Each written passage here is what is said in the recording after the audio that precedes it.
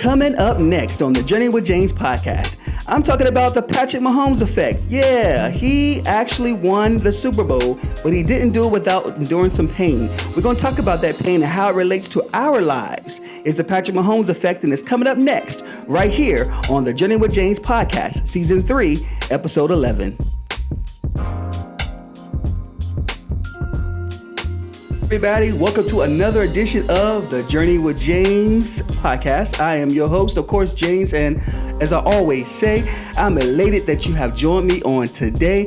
I don't take it for granted because you could be doing something else. You could be doing something else, but you're taking the time to either listen or watch or do both, and watch me here on this entity and this platform here.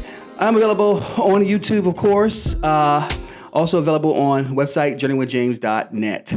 So I know a lot of you guys have seen the Super Bowl a few days ago. I am one of those people. I am a football fan, of course. I've been watching football for about 7 years now, and most of you may know if you follow my journey that I'm a Dallas Cowboys fan. Yeah, woo woo.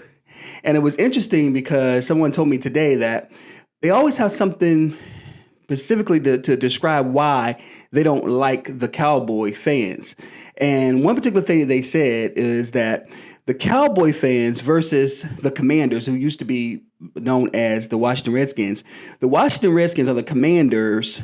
The Washington Commanders, their fans always realize that they're a losing team and they're going to lose. The Cowboys, on the other hand, we always got to say, every year we're going to the Super Bowl, and we are sure of it. So I had to laugh at that because I'm one of those people. I am an avid Cowboys fan. I'm not arrogant, though, and I'm not, all that kind of crazy stuff. I believe in rooting for the team that wins. That's what it is, But at the end of the day, I am one of those people that say, you know what, we're going to win this year. We're going to the Super Bowl.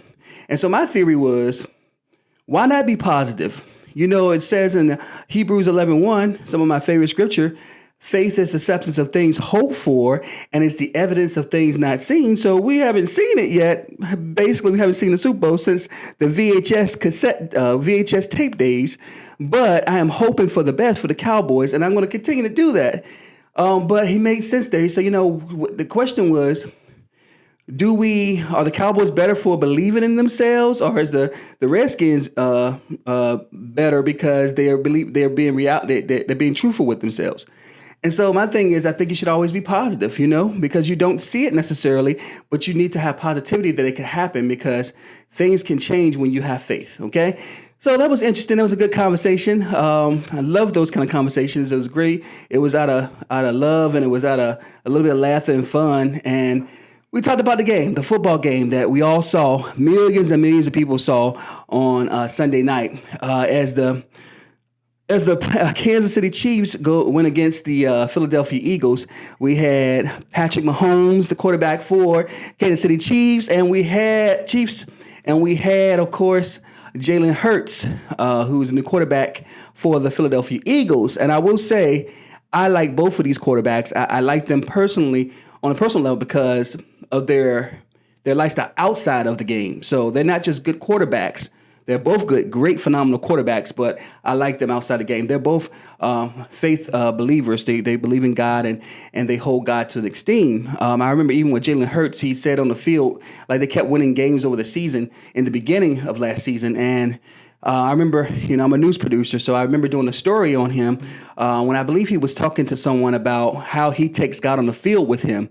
And he always, just take him on the field, and he always trusts God in the whole process of the game. And it just shows the power of God, man. It's an amazing thing to see. And it's amazing to see the sports world believe in God the way that they do. It's just a phenomenal thing. I work at a Christian-based company in media, and we had the opportunity to go to the field before the Super Bowl and talk to some of the players on both teams and to hear the stories of their love for God and their faith in God and their faith on the field is such an amazing feat. And it just shows that with God, everything is possible. Of course, we see Damar Hamlin, who endured. He passed out on the field. Basically, they had to be resuscitated. His first responders were able to help him, and it was through the power of God and power of prayer that he's here. It's just so much how the football and sports this season was the biggest thing was God. The biggest highlight was God. It was amazing to me. And so I just thank God for all that. But I come to you to talk about Patrick Mahomes particularly. Now, I like both of the quarterbacks. Don't get me wrong. I like both of the teams. Let me say that because NFC, the Eagles and the Cowboys, they're a rivalry. They don't like each other type teams. So, I wanted the Cowboys to go, but I still like them both as quarterbacks on both teams, Philadelphia and on Kansas City Chiefs. Now, with that said, I really felt that Patrick Mahomes should win this particular, and the team should win this particular Super Bowl. And so I was rooting for the Kansas City Chiefs. And as you see, the Kansas City Chiefs won, but it was not without some hard work. And one of the things that we know is that Patrick Mahomes was injured with a knee sprain or whatnot. And so he was really not working on 100%. But what really fascinated me and what really helped encourage my heart, because I always find those little things that can be applicable to life. And one of those things is that I don't know if it was before the halftime show. I think it was before the halftime show.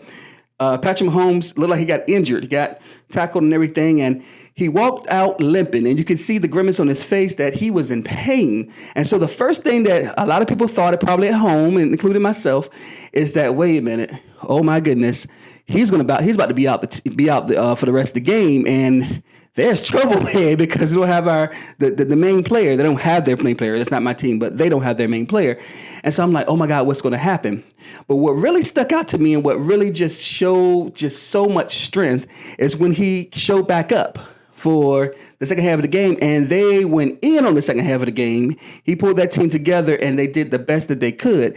But you can still tell that he was in pain. You can still tell that he had some things going on mentally, but he tried to stay focused, and he did stay focused.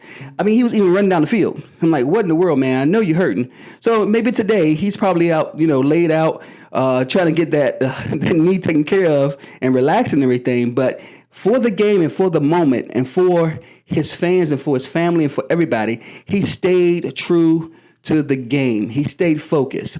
And you think about our lives. Sometimes we go through some of the craziest pain in our lives. Some things that just want to make us give up. It's so painful that we just want to give up. It's so painful that we just don't want to do it anymore. It's so painful we just like, what does it matter? But when you stand strong and through that pain and endure that pain, you come out the winner every time. And so for us Christians, this is what I say. If we endure the pain with God, God is going to see us through the situation, because this too shall pass. Whatever you're going through, it shall pass, it shall go away, and you shall be stronger because of it. Patrick Mahomes endured the pain, and I'm sure he prayed to God to get him through. He endured that pain. You saw the pain on his face. You saw the grimace on his face with some of these camera shots. But he didn't give up. I thought he was going to stop. He couldn't do it anymore, but he kept going, and he won the game for the team. I mean, all of them, of course. He's the quarterback. He's the leader of the team, but they all won the game, and they looked out for him. His team looked out for him and tried to do all they can, and he took it home for the team. And so I just say all this to say, don't give up, because I know there's some people out there that's dealing with some pain, that's dealing with some stuff that's just like, oh, I just give up. I don't like this. I just got to stop. Don't stop. Just like Patrick Mahomes, keep going, because there's going to be a winner in you at the end if you hold on and endure. God's got you. Nobody else can hold that against you. Nobody else can hold you down and put you down and say things about you or beat you up and nothing like that. Nobody can do that. If you just stay true to God and to his unchanging hands, what they say will fade away. Oh, I like that. What they say will fade away. Yes, it will. Yes, it will. So just remember that and know that God is going to get you through. This is the season that you hold on tight. As I began to celebrate a milestone birthday next month in March, hallelujah, I am just filled with so much patience within inside of me and so much new thoughts in my mind, and just wanting to be the best person I can and learning to let people say what they want to say, do what they want to do, but focus on where God is taking me. And I think that's the most important ingredient. Everybody's not going to like something about you. Everybody's not going to like this, that, da, da, da. But all you can do is be yourself. All you can do is trust God. All you can do is be the best person that you can be. and just focus on God. And I guarantee you, He's going to get you through the pain of feeling like people want to give up on you, through the pain of feeling like you have done such wrong that you cannot be redeemed, through the pain of it all. Know that you can come out on top, okay? Just like Patrick Mahomes, okay? And I want to say this here before I leave. One person that endured the pain and got through, and I mean, he got through some deep stuff. And I would tell you, some people would just want to give up and stop altogether, but he endured. And I had the pleasure of talking to this brother, this author, Antoine Thornton. He has this book called Face It to Heal It. You know, all about healing. I'm in the healing season. I'm in the healing process. I've grown so much, but I know it's so important that we heal. And you always know my slogan is faith takes courage. Not faith, but not faith takes courage, but yeah, faith takes courage as well. But growth takes courage is what I'm trying to say. And this is an indication of a person. This is an example of a person who is an example of growth taking courage. Antoine Thornton wrote this book, Face It to Heal It. I read the entire book. I enjoyed every page. It's a page turner. He keeps it real. He keeps it raw. And and you know what? He talks about God's unchanging hand to get him through. So if he can face it to heal it, you can face it to heal it too. So get this book if you can at Amazon.com or whatnot. It's Face It to Heal It: Sickness, Depression, Embarrassment, Abandonment, Loneliness, and Rejection by Antoine Thornton. Had a chance to talk to him. Good guy. I'm so blessed to be developing a friendship with this guy. And hopefully we have him on the show soon. Antoine, you come on the show? It would be nice to talk to you about this book and some of the things that you endure. But I'm telling you, it's a good read. And there's an example of, even with Patrick Mahomes and how he endured the pain, this guy endured the pain and God has saw him through. Antoine Thornton's book, Face It to Heal It. So get it if you can. Thank you guys for listening to another episode of the Journey with James podcast. I told you guys I will be doing this more. I will be concentrating on what God has for me and doing those things that I need to do. And one of those things is the Journey with James podcast. So I promise to do more of these. As a matter of fact, I promise to give you another one this week because I'm readying for season 4. Usually on my birthday, I always start a new season of the Journey with James podcast because it's my journey. And I'm starting a milestone birthday, so you know it's going to be a hit. It's going to be major. So look forward for that new season coming soon. But right now, this is season 3, episode 11, and I thank you guys for watching. Be sure to always check up on me at journeywithjames.net. You can always write me and everything. We can have a chat, talk, whatever. You may need prayer.